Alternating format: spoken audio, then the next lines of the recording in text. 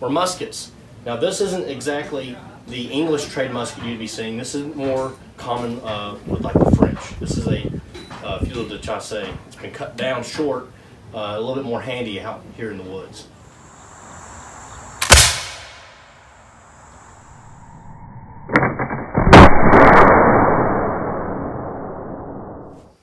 Hello.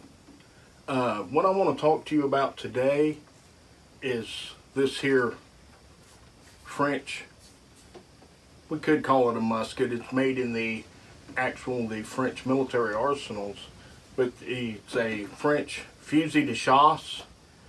And in 1695 and 96,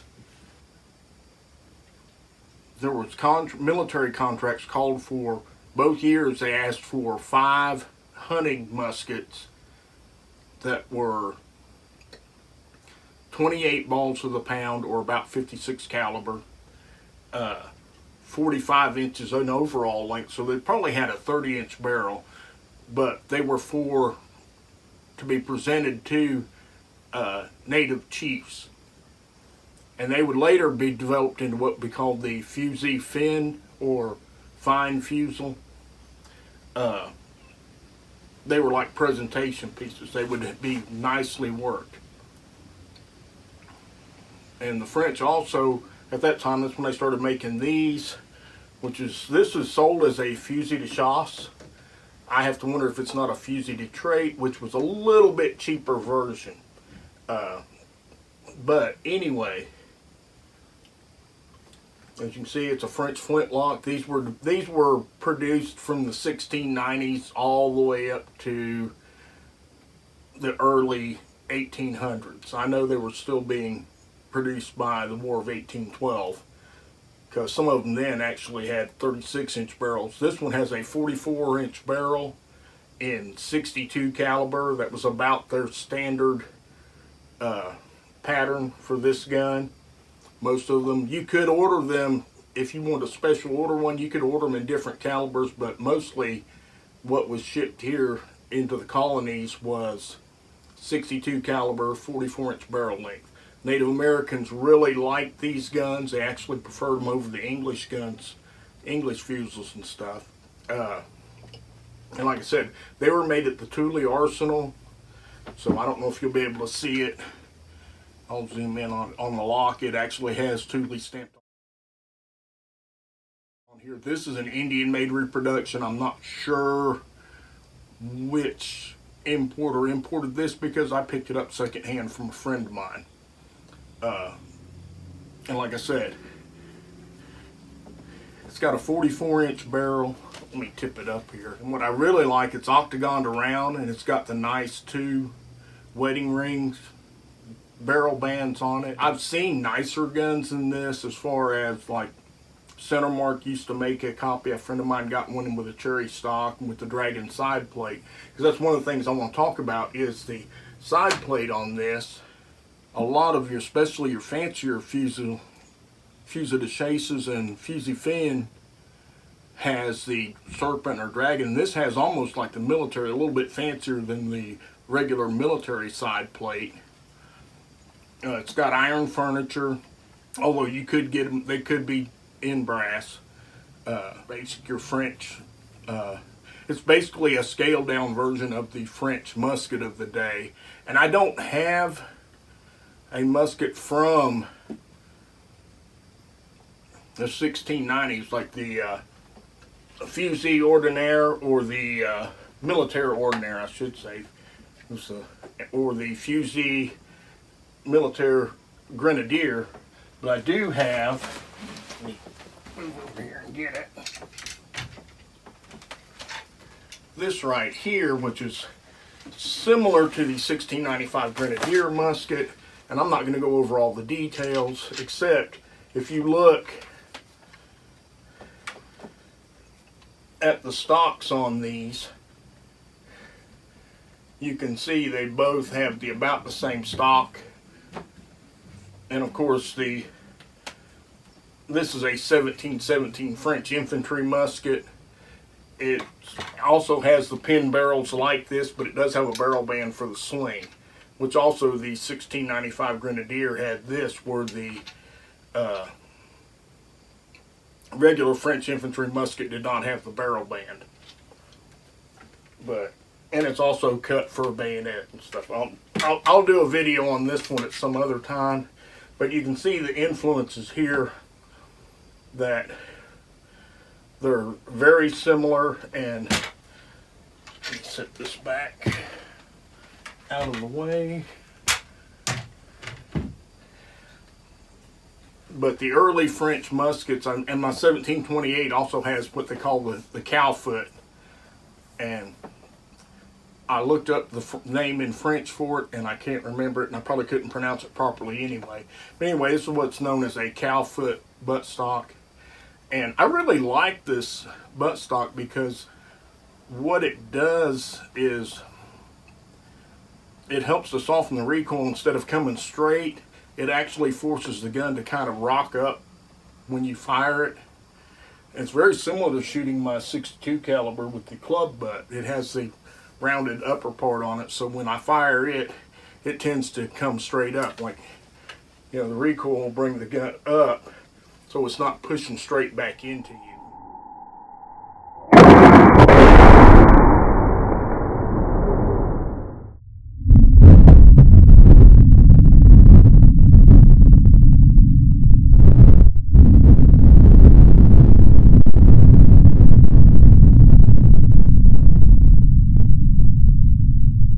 You don't have quite as much felt recoil.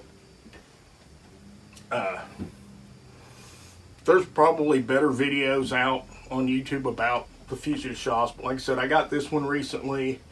I've taken it out. I've actually shot some ball in it. I need to practice more because I only hit paper once with it, but that's more learning with the sight on this.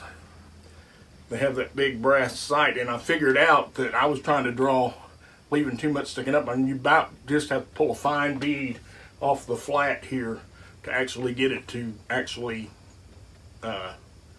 hit what you're aiming at, because otherwise it tends to shoot high on this particular gun. And that's just a matter of actually going and spending time at the range, which I, like I said, I just got it back this spring, and I just took it out a couple weeks ago. Me and my son shot it at the range. Got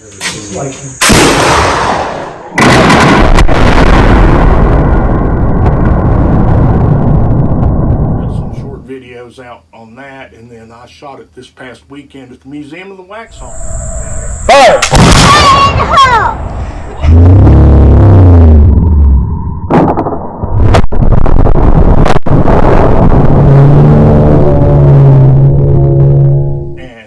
Pretty good. I had a few misfires. First time it was just a flint where I'd shot it a couple weeks before. I should have checked the flint, so I ended up putting a new flint in it.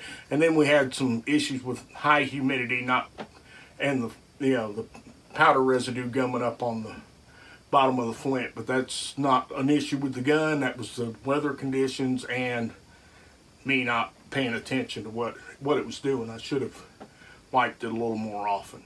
But I like it. The gun weighs probably 7 pounds or so. It's really lightweight. I kind of like that. And like I said, once I get it down to where I can hit what I'm aiming at with it, which just takes me spending time at the range with it, more than just going out and shooting like 5 rounds, which we did the other day, and my son was shooting it part of the time. But it's a nice little gun. I like the carvings on it. This here it's a very simple beaver tail, but carving around the stock. And I'm not sure if they carried that carving all through the production of these, or if this was an earlier thing. Because I know with the Brown Besses it's an early thing, and then as time went on, they quit putting it on there. But I'm not sure with the French guns. I'll need to do more research on that. Anyway, that's pretty much all I've got to say about this, so I appreciate you watching the video, and I hope you enjoyed it. Thank you. Now this is a French musket. This would have been something that maybe a Cherokee warrior would have picked up during some trade up north through their time, and it would have probably walked into the blockhouse with. This maybe was one of the guns they had. This one's been around the block a little bit, so ramrod tends to want to fall out. The lock's a little wobbly, trigger mechanism is a little loose. So I was here to offer maybe a new rifle or a smoothbore from Philadelphia to do trade with. What is that, about a 50 to 70 This caliber? is a 20 gauge. 20 gauge. 62 Yes. cal. So it's a smooth bore. 62. You could shoot either round lead ball with a patch, or to work more like a rifle, or loose shot to be like a shotgun. So the name of this weapon is a fusil de chasse, which translates out to in French gun of the hunt, gun of the chase. So it's a hunting piece. Hello. Today I would like to discuss with you this nice little piece right. This is a custom-made G.L. Jones 62 caliber gentleman's or officer's pistol. As you can see, it is highly engraved on the lock, on the trigger guard, the butt strap, and the butt strap comes all the way up. Fancy side plates and even the screw heads are engraved. There's a little bit of engraving on the barrel here. The lock is engraved with the maker's name and some floral work and a little bit along the edge of the lock.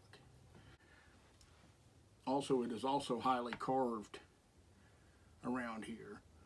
And then you can see the brass tacks in the check ring. And it also has, to go along with the check ring on the grip, you have the pineapple motif with the finial up here on the trigger guard and on the back strap. You have a pineapple engraved in there.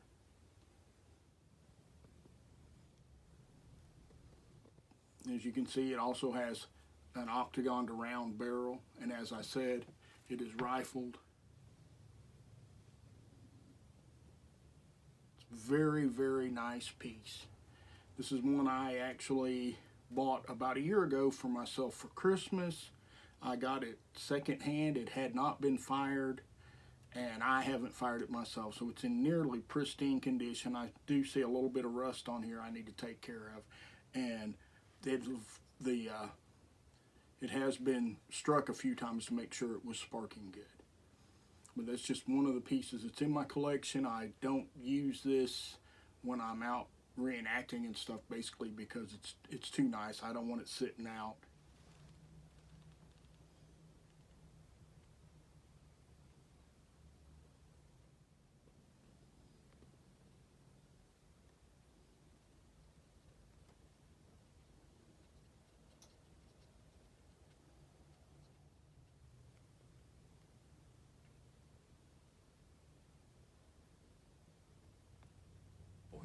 Now this is a French musket. This would have been something that maybe a Cherokee warrior would have picked up during some trade up north through their time, and it would have probably walked into the blockhouse with. This maybe was one of the guns they had. This one's been around the block a little bit, so ramrod tends to want to fall out. The lock's a little wobbly, trigger mechanism is a little loose. So I was here to offer maybe a new rifle or a smoothbore from Philadelphia to do trade with. What is that, about a 50 to 70 This caliber? is a 20 gauge. 20 gauge. 62 Yes. cal. So it's a smooth bore. 62. You could shoot either round lead ball with a patch, or to work more like a rifle, or loose shot to be like a shotgun. So the name of this weapon is a fusil de chasse, which translates out to in French gun of the hunt, gun of the chase. So it's a hunting piece. The gun I want to talk to you about today is this early Germanic, some people would call it an American Jaeger or a transitional Jaeger. It's a German style gun, dating probably from the 1740s to 1760s time frame. It's very heavy, black walnut stock. It's got the barrel is 1 inch across the flats in 54 caliber. She's an extremely accurate rifle, more accurate that as I've gotten older than I can see to actually shoot it at distance. The gun has some age to it. I acquired the gun in about late 2005, early 2006. It was posted for sale as the ugliest Jaeger in the world. And while the finish is pretty good, the fitting on some of the parts isn't quite up to what some would say for a custom built gun. But the guy that I purchased the rifle from actually shot competitively with it for 25 years. And so it's in the 40 to 50 years old as a reproduction rifle. It's pretty plain. As you can see, there's no carving or embellishments on it whatsoever. The side plate and the trigger guard are very shallowly inlet, so you can actually, it stands out a little proud from the wood. It has an unusual double set trigger in the fact that you have your first trigger, your second trigger is just a blade back sight. It is set for an extremely light trigger pull, which helps with the accuracy. The trigger guard here is reminiscent of the ones from wheel locks. I've not ever found one similar. Somebody told me one time that it looked like it came from a parts kit from the rifle shop from back in the day, and I heard that not long after I got the gun. So I don't really know a whole lot about it. As far as the manufacturer, it has no markings.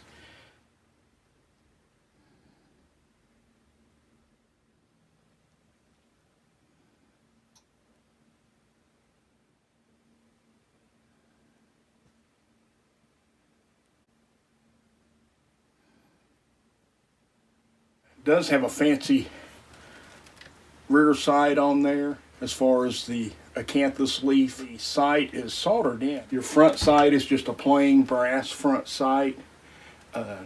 You can tap it from one side to the other from windage. I've not ever fooled with it. This thing's been dead on accurate since I've got it. Actually shoots better than it actually, in the right hands, it's much more accurate than what I can shoot it, and I'll just be honest and say that. Although I took it to the range the other day and actually did pretty good with it at relatively short ranges, but I didn't have I should have been wearing my glasses and I wasn't, because, I can't see that far away anymore to shoot accurately.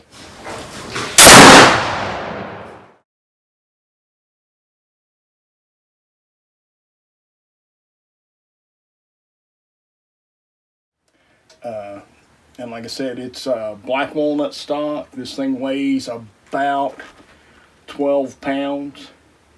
Has a 36-inch barrel. And in comparison to what this gun evolved into at a later time, I've got my, you had this, and this is the transition going from the shorter barreled European Jaegers to an Americanized, where you have slightly smaller bore. Instead of the 60 to 80 caliber, this one's in 54. And then you went into the same German gun makers that were building this early on are the ones that were building what became the American long rifles, the Pennsylvania, some call them Kentucky rifles stuff. I have an early Virginia here just as a comparison. And I'll lay it right here next to it. Or actually, let me try and hold these up to where you can see the slenderness of the stock in the early Virginia gun compared to this Jaeger. And there's about a 5-pound difference between the two. This one's a 50 caliber octagon to round, 40. It's either a 42 or 44 inch barrel as compared to this gun. This gun is also very accurate. It has just a single trigger, where this has the double set trigger that really helps with the accuracy, because you don't have hardly any trigger pull at all to pull you off target. It does have an extremely large, let me cock this back, an extremely large touch hole.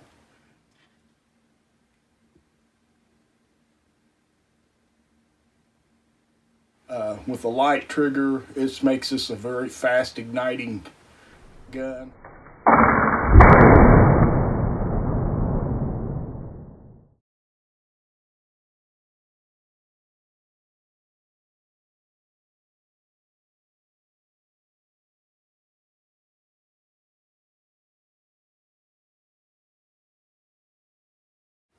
And there's not a whole lot I can really say about it, other than this is one of my favorite guns.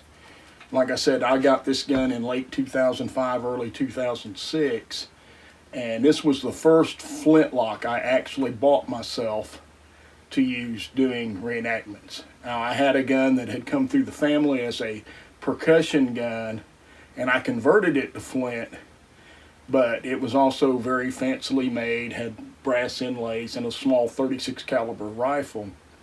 And not wanting to damage it when I'm out playing militia and dying in the field, didn't want to fall on it or break it or anything like that. It's actually a light, delicate, it's actually now my grandson's rifle, and he doesn't even use it for reenacting because, one, we know the maker of the gun. It was my ex-wife's family member that actually built the gun for her father, and then when he passed away, it was handed down into the family. But this gun does have an unusual rear blade trigger, and I'll show how that functions. So when you're on full cock, you have to pull this back first and then fire that right there.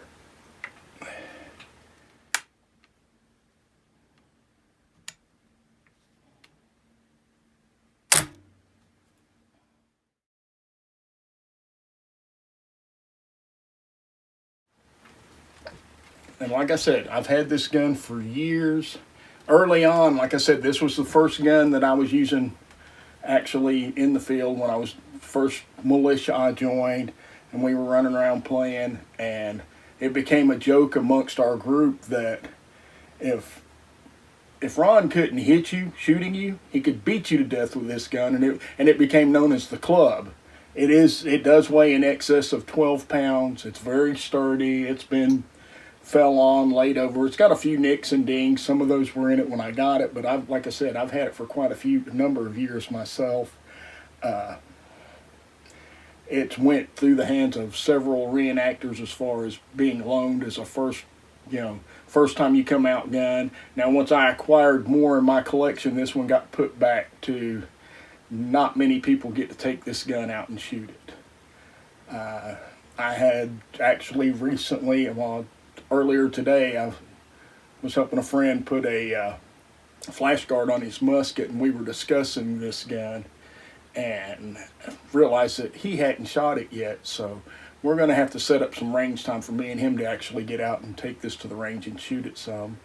I do have a video of me and my friend Robbie shooting watermelons from this summer. I bought the watermelons thinking, oh yeah, we'll be able to shoot them 2 or 3 times. I realized a 54 caliber ball in a watermelon pretty much causes it to explode.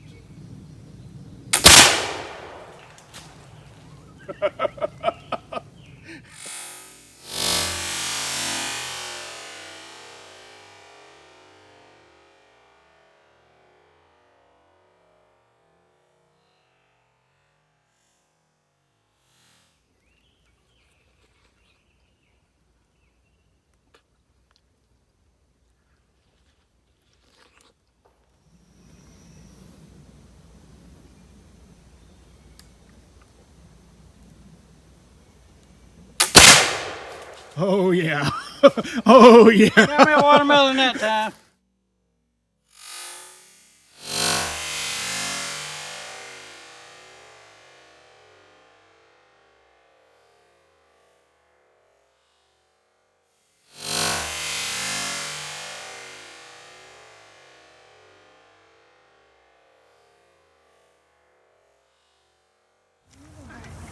Would you give an explanation on the functioning of a firelock to the public, sir? I'm a militiaman, colonial frontier farmer. My weapon is the colonial Fowler, which was the most common weapon on the frontier. It's a version of a shotgun. It's smoothbore, meaning it does not have lands and grooves inside. It's 62 caliber, which equates to a 20 gauge shotgun of today. It fires about an 80 grain charge. And what you have On your lock, this is your stock, this is your barrel, your lock, this is your firing mechanism. You have a pan. You put a primary charge in your pan, you close your hammer or frizzen, you go to full cock, and when you pull the trigger, the flint of the flintlock strikes the hammer, causes it to spark, thus igniting your primary charge, which sends your secondary charge downrange. Does anyone have any questions? This weighs approximately 5.5, 6 pounds. The muskets, the military style muskets are a little heavier. They're 75 caliber. They're a little bit more. Any other questions?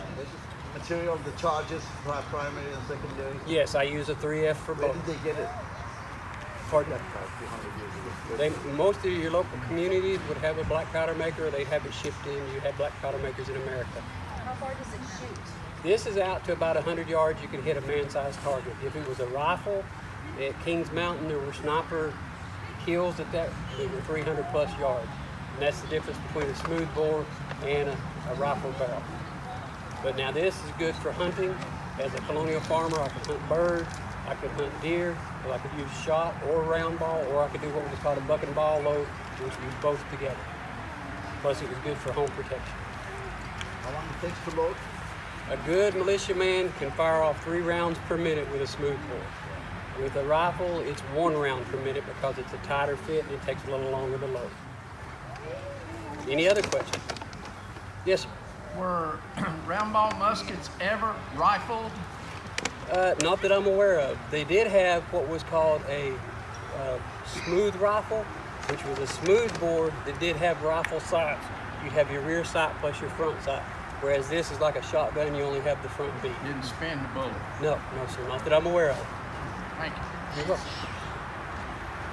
Anything else, sir? No, sir. You may return the line. Hello.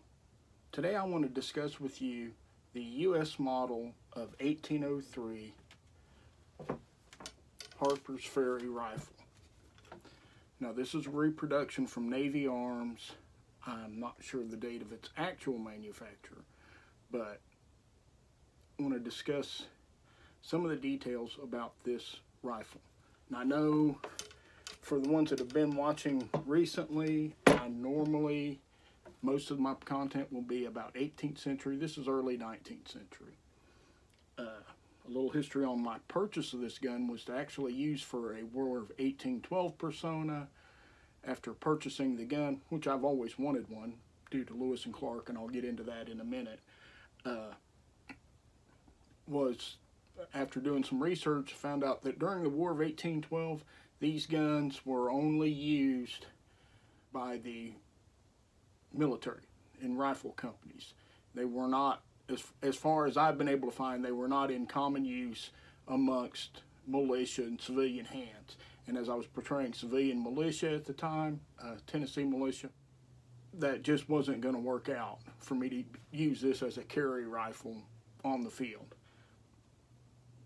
Long story short, due to work and stuff, I wasn't actually able to do any 1812 events anyway, so this thing just kind of ended up in my collection, and I actually have had it for quite a few years and have actually never taken it out and shot it. Hopefully that will change soon. I actually have a ball mold that is in the post as we speak. So to talk about this little gun a minute, let's go back in time to, in 1792, the U.S. government contracted for rifles to be made for the U.S. Army in 49 caliber with 42-inch barrel lengths. They issued another contract in 1794. Let's talk about the Lewis and Clark expedition. Now, Clark was already in the West. Lewis traveled to Harper's Ferry to procure supplies, arms, etc. for the Corps of Discovery for their trip to the Pacific Coast. He arrives in April of 1803. At that time, at Harper's Ferry, they had 300 of the 1792 or 1794 contract rifles. They didn't separate them out. They were just the contract rifles. So when Lewis gets there, he selects 15 of the best arms in the armory. He actually has them modified, having the 42-inch barrel cut down to either 36 or 33, and had the guns rebored from 49 caliber to 54 caliber. And from the documentation that he had sling swivels put on the gun so that they could actually bore on slings. So in May of 1803, he goes and sees the Secretary of War, Dearborn, in Washington, D.C., and happens to presumably, I don't know for sure if he took the rifle. I know he did talk to him because there were letters between them where he's talking about they shot the rifles and stuff, that he took that rifle took the first one of the modified rifles to Washington, D.C. with him, where showing it to Henry Dearborn, evidently he liked the design because they were working on having a contract made for government-made rifles to supplement and replace the 1792s. So in May of 1803, Henry Dearborn issues the specifications for the new rifle to be assembled at Harper's Ferry. And that is what developed into the model of 1803. So in May, that's when he issues the 33-inch barrel length, 54 caliber. I'm not sure about the half stock, if that's when I'm sure that's when, or as it was developed. But anyway, in July of 1803, Lewis leaves to meet up with Clark in St. Louis, and by the time this particular gun actually goes into the first production run, the first guns come off the production line in October of 1803, and at that time, Lewis had joined up with Clark and was in Louisville, Kentucky, so there was no way that this particular style, the production run rifles, actually went on the Lewis and Clark expedition. Now, were they carrying the prototypes for this gun? Possibly. Did Lewis help design the prototype for the 1803? There's speculation on that. That's one of those things that it's not been confirmed. There's not a good paper trail, so a lot of it's speculation. But now, when I was a kid in school and studying on Western expansion, when I was in 8th grade, high school, when they talked about Lewis and Clark, this was a gun they said that they were carrying. Well, it turns out that was not accurate. They had guns similar to this, probably full stock, because there's no documentation one way or the other whether the guns Lewis and Clark carried actually were full stock or half stock. It's not mentioned in the records. There's just no documentation to support one way or the other. So my speculation is that the guns that Lewis and Clark carried were the contract rifles. Some people say they carried the full length ones, but there is documentation for Lewis saying that he had the guns shortened and the bores bored out. He doesn't specify a caliber, but I'm assuming it would be 54. It may have only been up to a 50, but they're moving from the east to areas out on the plains. They don't know what to expect. They know there's a lot more buffalo and elk out there, a lot larger game than is here in, and by that time in the east, the game was already starting to be hunted out. The buffalo and elk that were in the east were scarcer. So then you also have, issues with Indians and stuff. And they didn't really know what to expect, what they were getting into. So I would imagine that they did go to the 54 caliber. That's speculation on my part, and that's been the general speculation. People with letters after their names that are really into doing the research. I have tried doing some research here recently, and actually I found out some stuff that even 10 years ago wasn't available. But in a nutshell, that's just kind of what I'm looking at. So to get to this gun here, Now, the 1803 Harper's Ferry, like I said, it was put into production in October of 1803. First production run ran, it depends on what documentation you look at. I've seen 1803 to 1806. I've seen 1803 to 1807, 1803 to 1809. The original contract specified 2,000, was actually changed to 4,000 rifles. And I know from some of the research that I've done that they were having issues in 1804 and 1805 with tooling and stuff and getting the gun production out.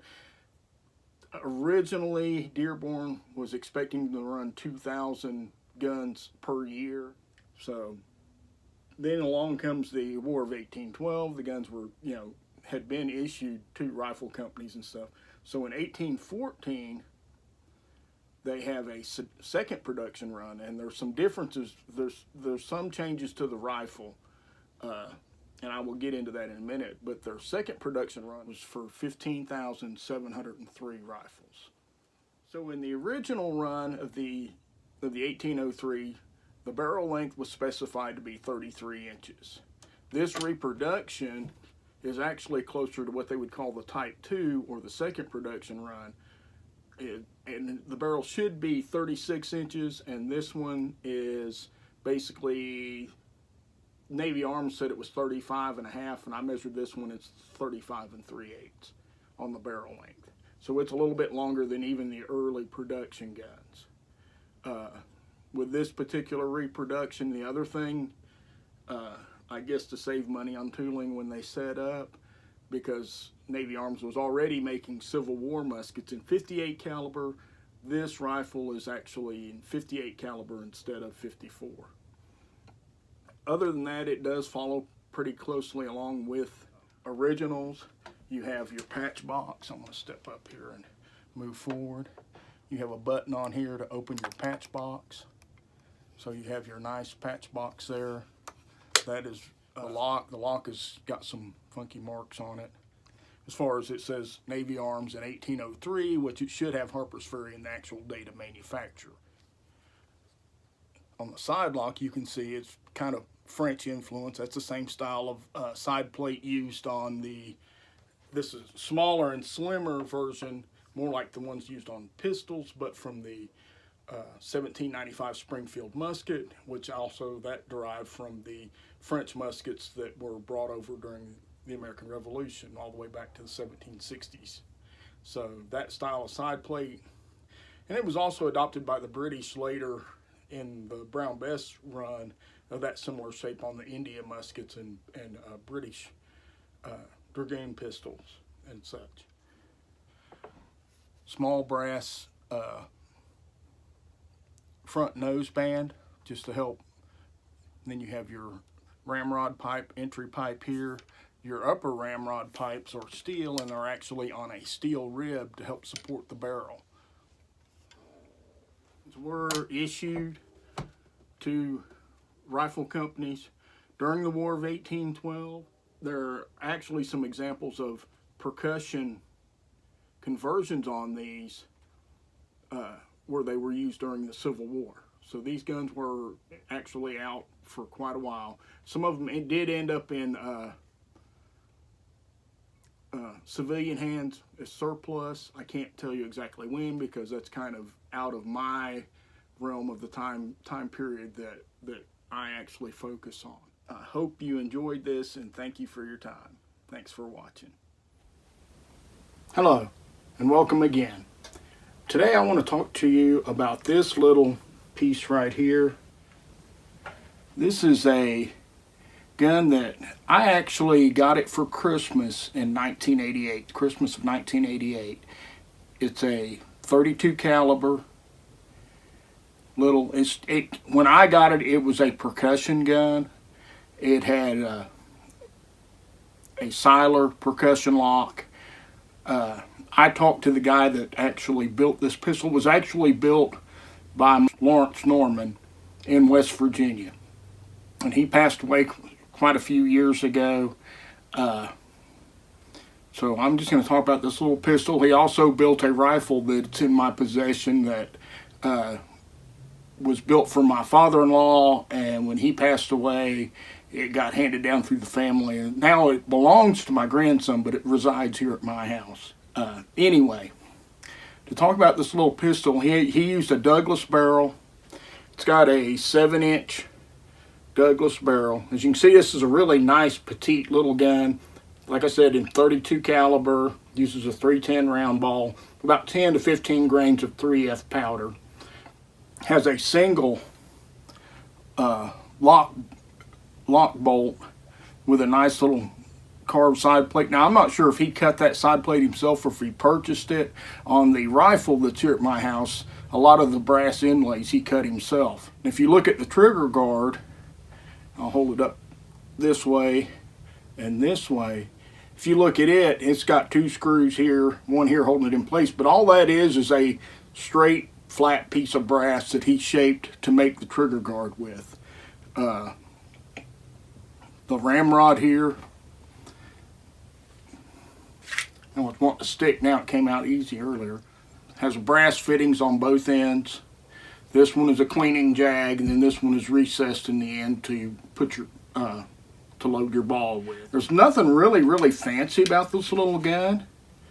I like the sights, the way he's got the sights set up.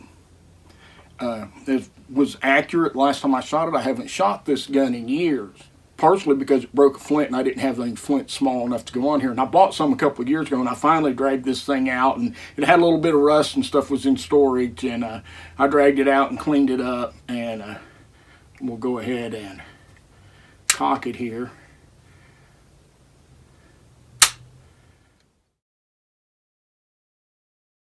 And you can see the frizzen doesn't throw all the way up, but it does throw sparks right in the pan. But when this was gun with percussion, my son, who was 4 at the time, he wanted to shoot it. He kept on, "Dad, let me shoot it, Dad, let me shoot it."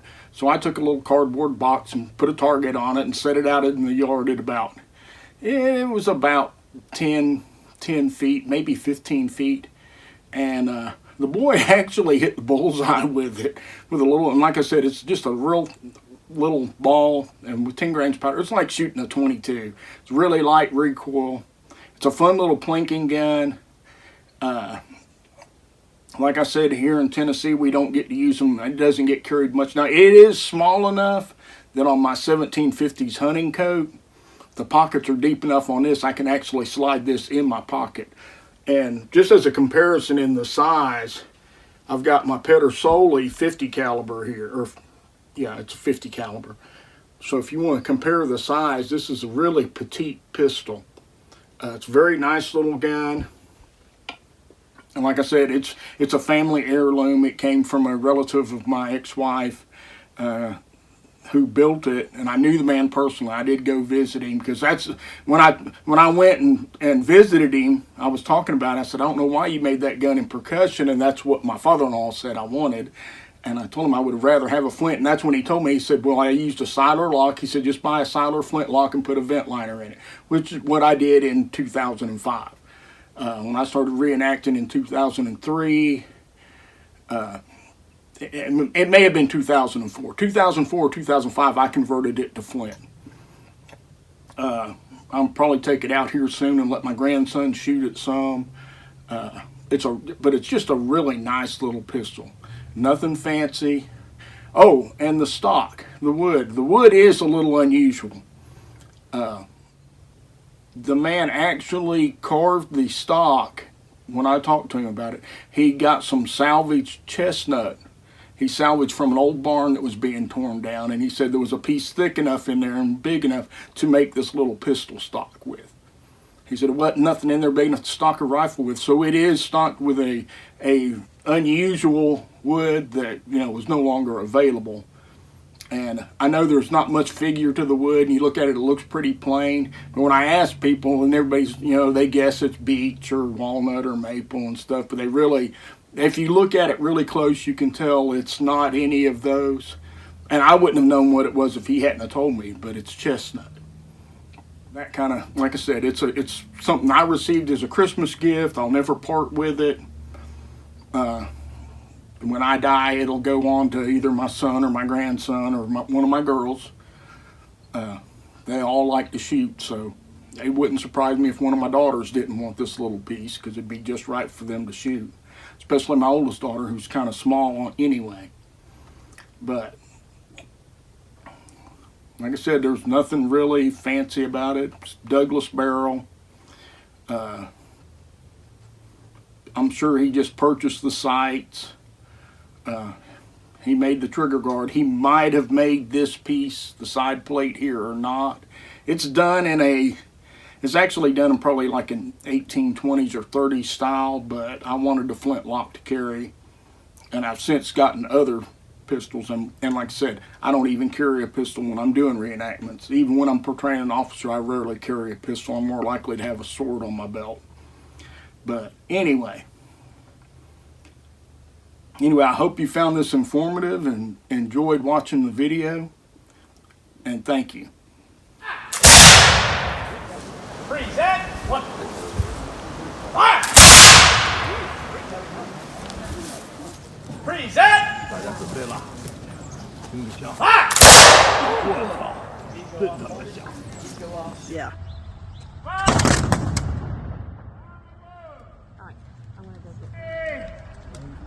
Hey, game! Fire! Hey, game! Fire! Round and load! Round and load! Hey, game! Fire! Order! On! Fuego!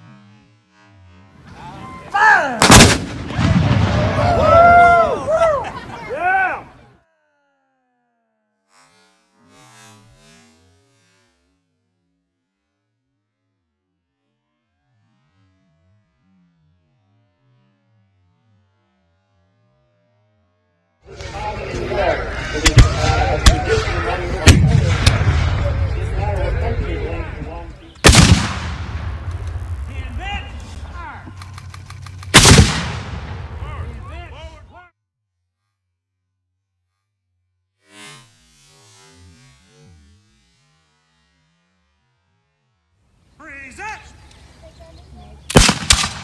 Fire! Fire!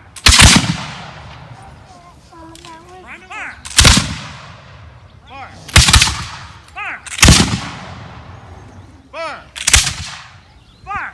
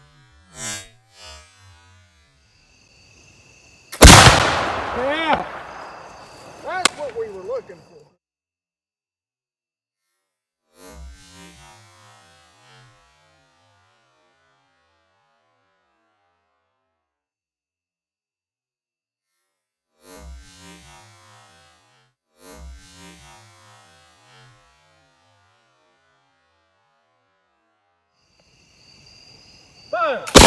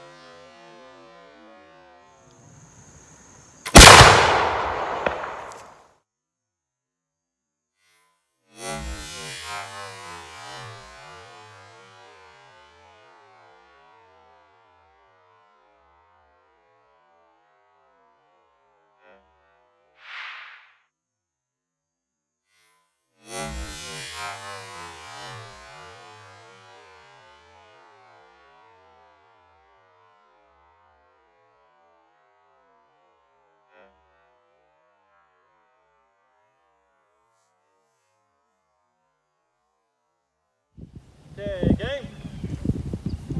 Give, fire. I'm in low.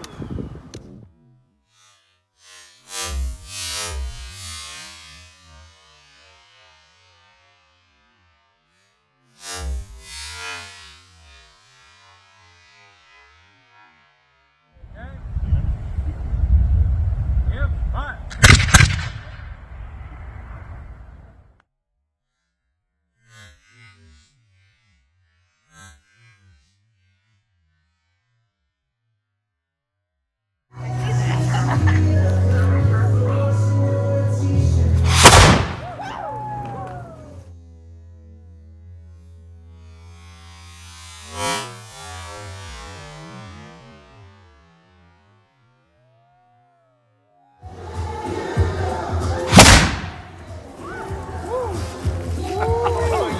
Look at that grin on his face.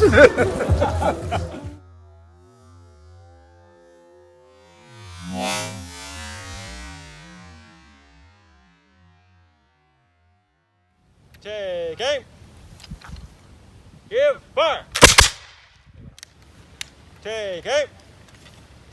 Give, fire.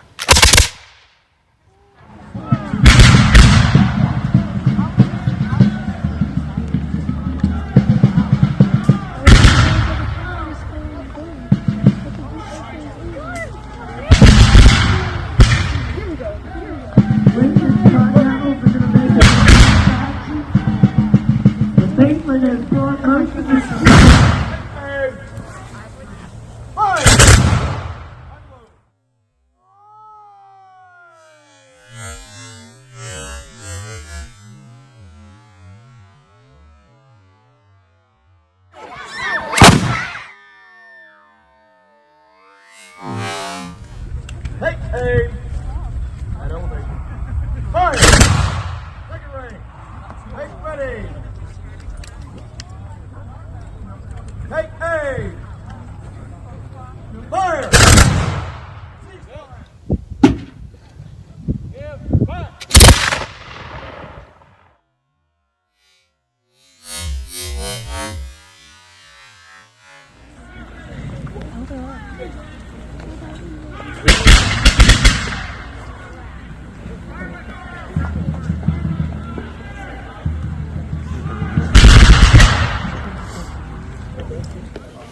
Ready? Fine wall gun!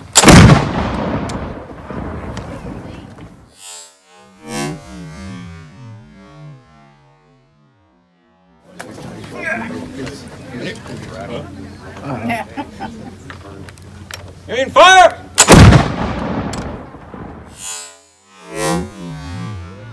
Give fire! Give fire! Give fire! Cover.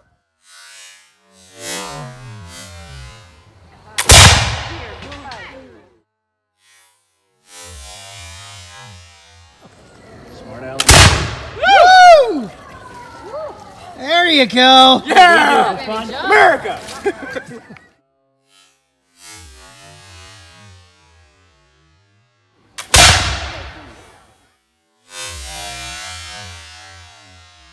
Fire! Fire!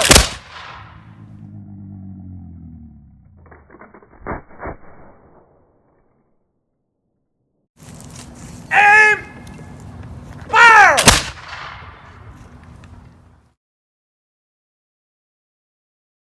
So this is what is known as a wall gun. It's kind of a cross between a musket and an artillery piece. One man aims and fires and the other man supports the weight on his shoulder.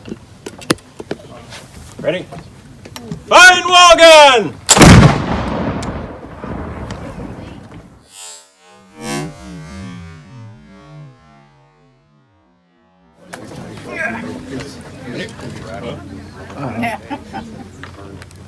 Aim, fire! The musket. British traders brought with them dozens of these things whenever they went over the hills. And this piece of technology was vital to Cherokee survival. We have this image in our mind of Native American peoples using bows and arrows and spears, but by the middle part of the 18th century, they had learned how to use firearms rather effectively. And in alliance with any Native American group in North America, either on the part of the British or the French, making these alliances meant trading gunpowder, trading musket balls, and muskets with these peoples in order to secure their help. The British were no different, of course, and so here at Fort Loudon, plenty of Indian guns, as they were called, were traded back and forth.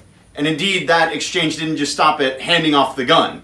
If the gun broke, the Cherokee always brought it back here, and the blacksmith would have been responsible for fixing it. Indeed, some nights the blacksmith here at Fort Loudon would have been working more for the Cherokee fixing their guns than he would have been perhaps making nails or shutters for the fort. To give you another idea of how important this trade was, the British didn't just trade these things back and forth in exchange for iron goods or even just the support of the Cherokee.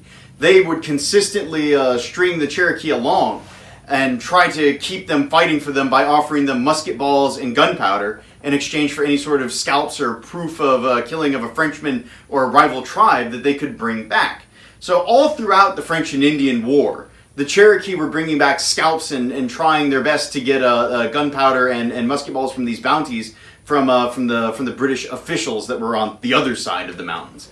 And when these relationships broke down, which they often did, especially in 1760, part of the reason Fort Loudon falls is because a siege of the Cherokee laid on this place when relations broke down, partially over the removal of the trade of muskets and gunpowder and musket balls, in addition to other diplomatic factors. But that's a lot for the moment.